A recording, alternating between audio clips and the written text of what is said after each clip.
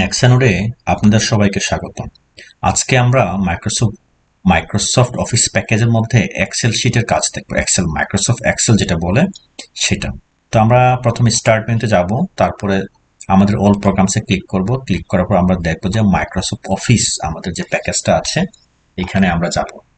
আমি নিচে scroll down করছি, তারপর এই যে অফিস প্যাকেজ এর মধ্যে আমরা দেখবো যে এক্সেল, মাইক্রোসফট অফিস এক্সেল 2007। ঠিক আছে, এখানে আমরা ক্লিক করব।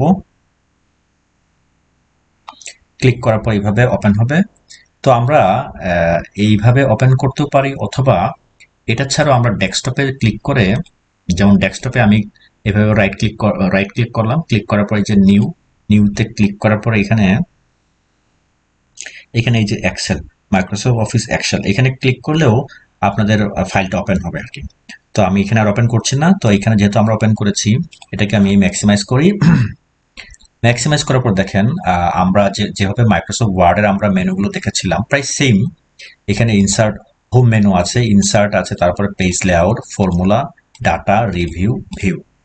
তো হোম মেনুতে আমরা যে কাজগুলো করে থাকি সাধারণত, যে যে সেটিংগুলো আছে সেটা হচ্ছে ফন্টের সাইজ, বোল্ড করা, ইটালিক করা, আন্ডারলাইন করা। এখানে টেবিল, এখানে এখানে সেলের বটম বর্ডার একটা অপশন আছে, বর্ডার দেওয়ার। আর এখানে কালারিং এর আছে, ফন্ট কালার আছে। এরপরে হচ্ছে এটা অ্যালাইনমেন্ট, এখানে হচ্ছে টপ অ্যালাইনমেন্ট, মিডল অ্যালাইনমেন্ট, এরপরে এটা হচ্ছে বটম অ্যালাইনমেন্ট, তো সেন্টার অ্যালাইনমেন্ট আছে, এই বেশ কিছু আছে। তারপর এখানে হচ্ছে টেক্সটের এটাকে কি বলে, এটাকে হচ্ছে ওরিয়েন্টেশন আর কি। অর্থাৎ আমরা সাধারণত বাম থেকে ডানে যে লেখাগুলো থাকে, এটাকে যদি আমরা একটু বাঁকাতে চাই, উপর নিচ করতে চাই, তাহলে আমরা এইটা ইউজ করব। তারপরে র্যাপ টেক্সট আছে, মার্জ এন্ড সেন্টার আছে, এইগুলো আছে আর কি। তারপরে ইনসার্টে আমরা দেখব টেবিল আছে, পিকচার আছে, ক্লিপার, শেপ, এগুলো আমরা আগেও দেখেছি মাইক্রোসফট ওয়ার্ডে। কলাম চার্ট আছে, প্লাইন চার্ট আছে, পাই চার্ট আছে, এগুলো সব দেখেছি আমরা অলরেডি। পেজ লেআউটেও প্রায় সেম। এখন আমরা জাস্ট কাজটা শুরু করতে পারি আর কি। তো মাইক্রোসফট এক্সেলে আমরা এই যে ঘরগুলো দেখতে পাচ্ছি, এইটার এক একটাকে সেল বলে। এই যে ঘর, এই একটা সেল বলে, অর্থাৎ এ এর একটা কলাম, ওয়ান এর একটা রো। এই রো এর যে ঘরটা, প্রথম যে ঘরটা, এটাকে সেল বলে। আর টোটাল যে আমাদের স্ক্রিনে যা দেখা যাচ্ছে আর কি, এটাকে ওয়ার্কশিট বলে আর কি। টোটাল যে যে প্লেস দেখা যাচ্ছে, এটাকে ওয়ার্কশিট বলে। আমরা এই ঘরের মধ্যেই কাজ করব, এবং প্রত্যেকটা ঘর আলাদা আলাদা ঘর নিয়ে কাজ করতে পারি, একসাথে করতে পারি, আমাদের যেভাবে প্রয়োজন সেভাবে আমরা কাজগুলো করব। ঘরগুলোকে আবার এভাবে টেনে টেনে ছোট করা যায়, এটাকে বড় করা যায়। আবার এটাকে টান দিলে, ক্লিক করে টান দিবেন, তাহলে এগুলো ঘরগুলো বড় হবে। ঠিক আছে।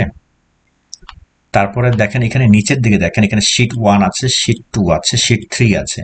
তো আমি যদি একটা কাজ, আমার মনে করেন যে আমার 10টা কাজ আছে, 10টা অঙ্ক আছে, হ্যাঁ। তো 10টা অঙ্ক আমি যদি শিট 1-এই শুধু সবগুলো অঙ্ক করি, তাহলে দেখতে খুব বিশ্রী লাগে। তো আমরা চাইলে শিট 2 নিতে পারি। শিট 2-তে প্রথম অঙ্কটা হয়তো শিট 1-এ করলাম, তারপর সেকেন্ডটা শিট 2, থার্ড শিট 3। এরপর যদি আমাদের আরো প্রয়োজন হয় তাহলে এখানে ক্লিক করব। ক্লিক করলে শিট 4 হবে, এখানে 4 নম্বর অঙ্কটা। এইভাবে আমরা ক্রমাগত ক্লিক ক্লিক করে আমাদের প্রয়োজন মতো আমরা শিট নিতে পারি, ওয়ার্কশিট আর কি।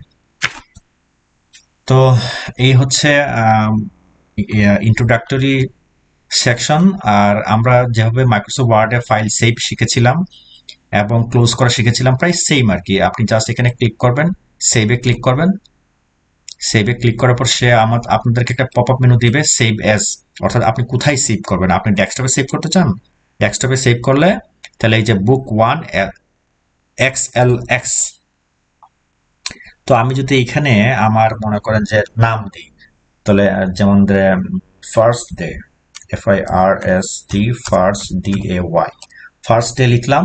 তারপর আমার মাইক্রোসফট এক্সেলের যে এক্সটেনশন .xlsx, এটা হচ্ছে মাইক্রোসফট এক্সেলের এক্সটেনশন, ফাইলের এক্সটেনশন। তারপর আমি জাস্ট ডেস্কটপে ক্লিক করব, তারপর আমি সেভ দিব, তাহলে এই ফাইলটা আমার সেভ হয়ে গেল। সেম প্রসেস আমরা ক্লোজ করতে পারি, আমাদের এখান থেকে আমরা সেভ করতে পারি। তারপরে আমরা এই ফাইলটা ক্লোজ করার জন্য আমরা জাস্ট এখানে এই যে ক্লোজ বার, রেড বাটন, এখানে ক্লিক করব, তাহলে এটা সেভ ক্লোজ হয়ে যাবে। তো ইন্ট্রোডাক্টরি সেকশনে আজকের মতো এইটাই ছিল। আমরা পরবর্তীতে মাইক্রোসফট এক্সেলের অন্যান্য কাজগুলো আমরা দেখব। ধন্যবাদ সবাইকে।